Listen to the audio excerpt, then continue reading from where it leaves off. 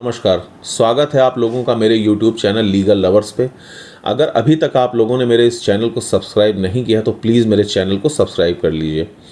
देखिए, बहुत सारे लोगों के मन में अपनी प्रॉपर्टी के ट्रांसफ़र को लेकर के, संपत्ति की उचित व्यवस्था को लेकर के बहुत सारे डाउट्स रहते हैं।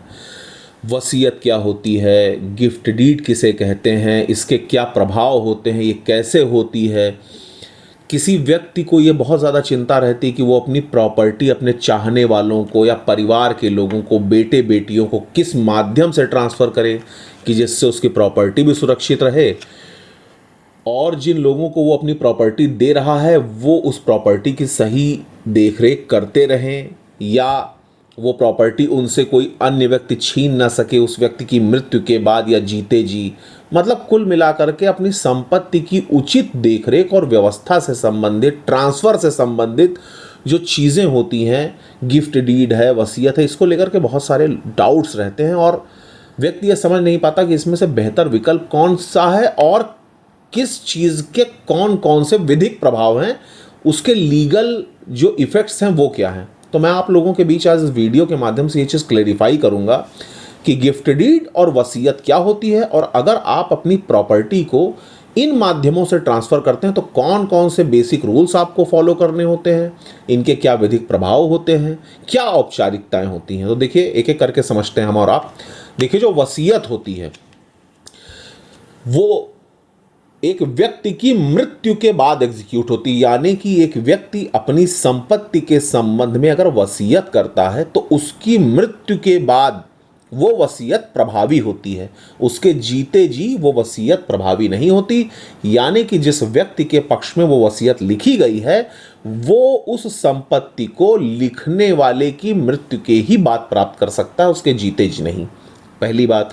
दूसरी बात, जो विल होती है उसको रजिस्टर्ड होना बिल्कुल भी ज़रूरी नहीं है, लेकिन हाँ, उचित तरीके से उसकी सुरक्षा के दृष्टिकोण से अगर उसको आप रजिस्टर्ड करा लेते हैं तो फार बेस्ट है। उसका बहुत ज़्यादा फिर सुरक्षात्मक दृष्टिकोण से उसको बहुत ज़्यादा उसका उपयोग होता है और एक सिक्योर विल मानी जाती है। वो उसको चैलेंज करना इतना आसान नहीं होता, इसलिए उसको रजिस्टर्ड कराया जा सकता है अपने बंधक कार्यालय में, लेकिन ये मैंडेटरी नहीं है कि उसको रजिस्टर्ड ही कराया जाए। उस पर स्टैम्प ड्यूटी पे करनी ज़रूरी नहीं होती है।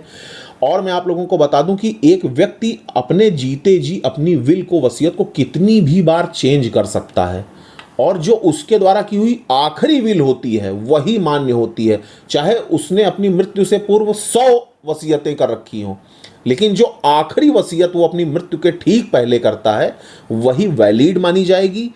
और जो स्टैम्प ड्यूटी या कोई टैक्स है वो विल पर प्रभावी नहीं होता, यानी कि कोई स्टैम्प ड्यूटी या टैक्स वसीयत के संबंध में पे करने की कोई नीड नहीं होती। अब आते हैं गिफ्ट डीड पे कि गिफ्ट डीड क्या है और इसको कैसे एग्जीक्यूट करते हैं और इसका क्या प्रभाव है। तो देखिए, एक व्यक्ति जिंदा रहते हुए यानी कि जीते जी अपनी संपत्ति को गिफ्ट डीड के माध्यम से ट्रांसफर कर सकता है। अब वसीयत में क्या था कि जब व्यक्ति मरेगा तभी किसी व्यक्ति को उसकी संपत्ति मिलेगी, लेकिन गिफ्ट डीड में क्या है कि गिफ्ट डीड के माध्यम से कोई व्यक्ति जीते जी अपनी प्रॉपर्टी किसी दूसरे को हैंड ओवर कर सकता है, ट्रांसफर कर सकता है। लेकिन गिफ्ट डीड का रजिस्टर्ड होना ज़रूरी है, उस पर स्टैम्प ड्यूटी पे करनी ज़रूरी है, उसका रजिस्ट्रार कार्यालय में, उपनिबंधक कार्यालय में पंजीकृत होना अति आवश्यक है।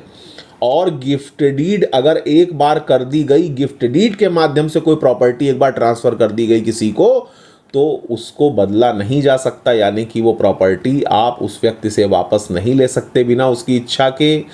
और एक बार गिफ्ट डीड करने के बाद वो सेटल्ड मान ली जाती है, यानी कि वो सिक्योर्ड हो जाती है और अगर जिसने दिया है वो व्यक्ति उस गिफ्ट डीड को फिर वापस नहीं ले सकता। तो ये बेसिक डिफरेंस हैं और ये बेसिक जो नॉर्म्स हैं उसको फॉलो करके आप गिफ्ट डीड अगर करना चाहते हैं तो गिफ्ट डीड कर सकते हैं और वसीयत करना चाहते हैं तो वसीयत कर सकते हैं।